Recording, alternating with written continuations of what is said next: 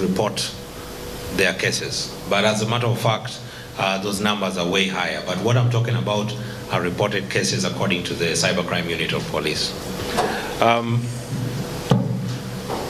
So when we talk about magnitude, we are seeing an increasing level of threat, especially when it comes to financial institutions and financial services. Right now, one of the biggest victims that we have been witnessing, and some of them supporting directly, are payment gateways and payment aggregators.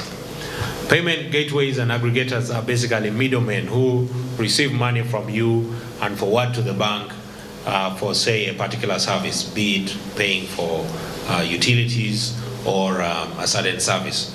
So these people, because they are the conduit through which money passes, have also now become some of the biggest victims. We have been seeing increasing levels of attacks on these systems.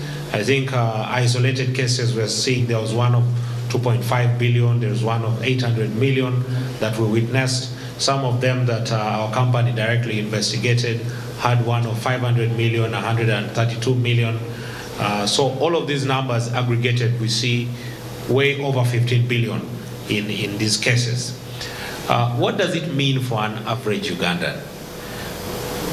What we have said here is that right from a personal level to institutional level, we must first of all recognize that cybercrime is actually here. You will be shocked to know that for most of these institutions, they had no controls in place, and if they had, they were very basic. Someone has a password, but the password is admin12345. You people are laughing, but some of you have those passwords. we shall not check today. And that goes to show the extent of vulnerabilities that we expose ourselves to. Quick passwords, you share your pins with everyone, you have your password on a sticky note. These are basic controls, but hackers will take advantage of it.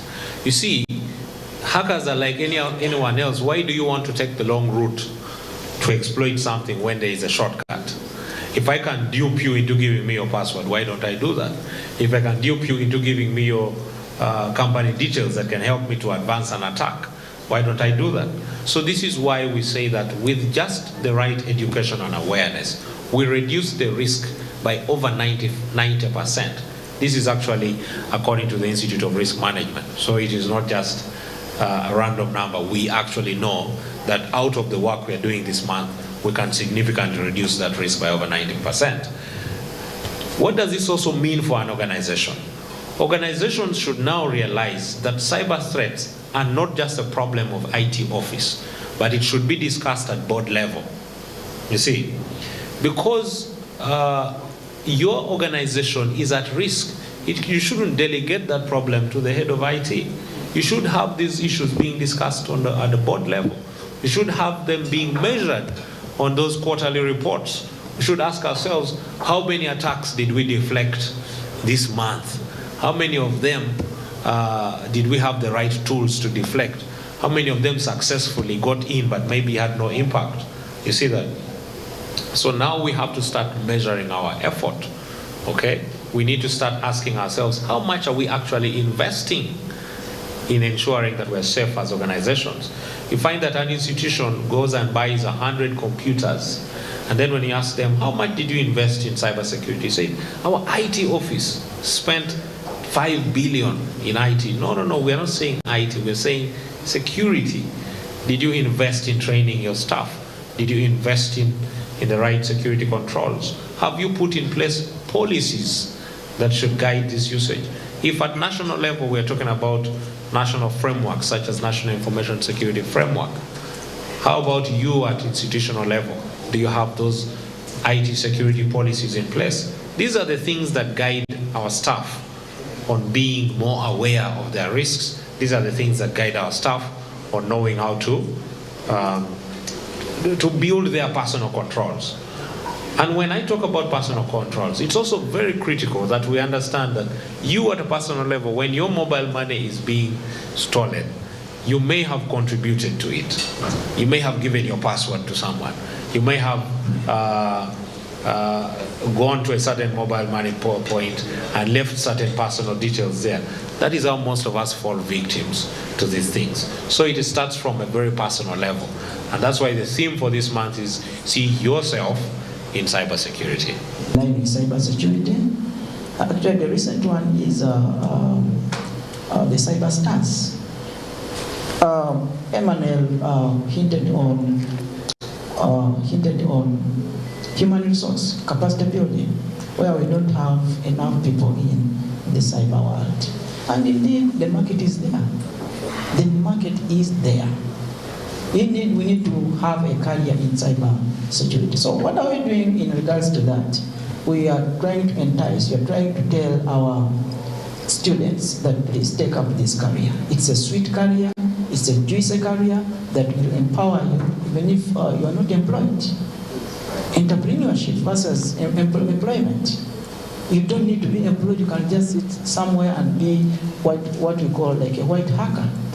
You are able to assess you're able to assess the infrastructure, trying to find out the vulnerabilities, trying to find out the loopholes. You present those loopholes to the organization, they will pay you, and then they will be able to close such kind of loopholes. So we've been carrying out cyberstar competition with the different universities. I think you must have heard this even on online, on Twitter. We engaged most of the universities to come here and showcase their skills in cybersecurity as well as offering the trainings. And on top of that, the best students, they were awarded. They are going to be trained, they are going to be given certification, international certification recognized worldwide. We are just going to beef up their skill set in line with cybersecurity. And of course, there are other things that we do with, I think that one I will bring it in when someone also asked, what are we, especially the license part of it, the licensing part of it. How do we keep in check with our operators? Yes, the operators have a responsibility of protecting their users also. And that's why we are always, as a commission, in constant, we have those constant engagements with them. And that's why usually we as a commission, we give them information, we are able to check and say, please, check here, check ABCD, and make sure that that particular part is closed. And we are able to go further and offering them trainings as operators to ensure that they take action on whatever that we shall have identified. So, and of course, before that, we used to have issues with like our CEOs are not, understanding these things. They are not responding to cybersecurity. Then we said, okay, fine. Let us now have the CEO breakfast. Every year, we bring all the operators, the CEOs here in this room to discuss the cybersecurity issues in the country. And we come up with mitigations, we come up with measures, and then we go back and implement in their respective organizations. As we speak today, everyone has a handset, they have a phone, they have a computer, and you are using it. But as you're using it, we have stopped using the phone for only calling out. It has moved from just sending SMSs. It is a personal finance control mechanism today. That you want to reach your bank, you have to use your phone. That you want to access your money, you're using the phone. You're doing a transfer internationally, you're using your phone. You are almost everywhere you're having technology in the mix. And just not only the phone, look at your cards. They're backed by IT technology that is running them. You come to internet banking, it is all on the phone, it's on your computer, so it's everywhere. And as we see this, technology is easing life. Technology is making it convenient. Technology is making you have your money anytime, access your bank everywhere you are. But as you're doing that, someone is watching. Someone is being smart. Someone is like, how can they earn what they have not worked for? How can they be able to take off what you have prepared? We know the world is good, but there are some wrong elements in it, and those are the ones that are orchestrating cyber crime. So in this case, that's why we need cyber security. For banking, it's very, very, very key. You've given us trust for your resources as banks. But as you give us resources as banks, how do we protect you and how do we protect your resources? The cash that we have in the bank account for you is your sweat. You have spent time, spent energies to prepare this. Do we just let it go? But how about you? Are you also letting it go just like that, or you are finding ways of taking charge of it? So that's why cybersecurity becomes very important. You're benefiting 100% from these channels. But as we mentioned, people want the shortest route to tap into your wealth. Now, for our side, we are doing our best with the controls. We have set up firewalls, we have trained staff, we keep communicating, actually on a monthly basis, to make sure that through our different channels of communication, we are sending out communication on the things you have to do to protect yourself. Now, if you don't do it, it's not right. Already, as you know, in the industry, may not be specifically DCB, there are cases that you've heard about. People are saying, my money was taken from Bank X, my money was taken from the other side. What was your responsibility, as everyone is saying right now? The banks will do their thing. The telcos will do their thing. UCC is doing its thing. How about you? What are you doing? What's your responsibility? Before you look at the bank, where did you leave your password? Who did you share it with? Who did you give your card to? Some of us are getting our ATM cards and giving them to people to go to their machines and pick money. Subsequently, they return the card. When it disappears, you find your money has also gone. And will you still blame the bank? Yes, the bank is responsible. But where does its responsibility start? Where does it stop? And where is your responsibility as an individual in cybercrime? If you're involved, so sure we are going to be in a safer place. Thank you.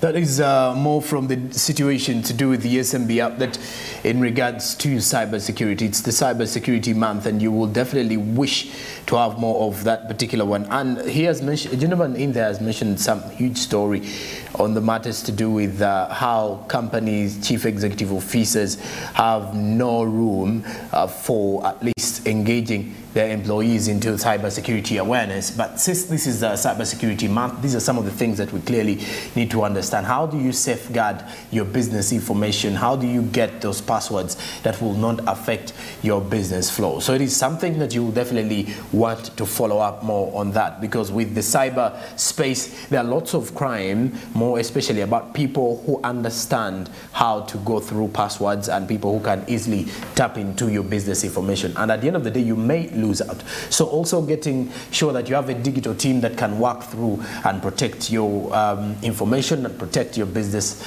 ideas via the different platforms is very important. And that is it for that update regarding cybersecurity. Well, after the break, we return with more updates and also taking you back to the UMA Expo that happened over last week. Stick around here. It is Smart Means Business.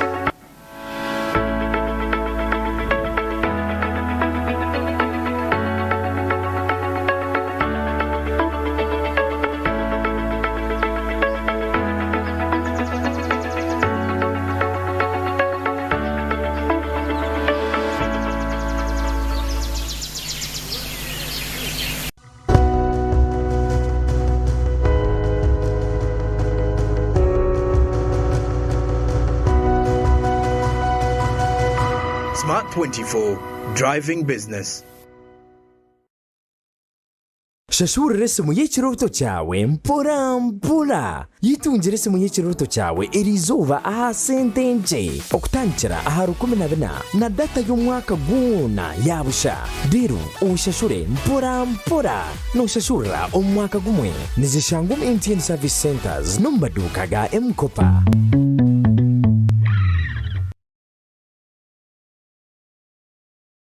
Say goodbye to paperwork and travel costs. Now every MTN customer can register to invest in securities anytime and anywhere with Zabu in a few simple steps. Step 1. Dial *292#.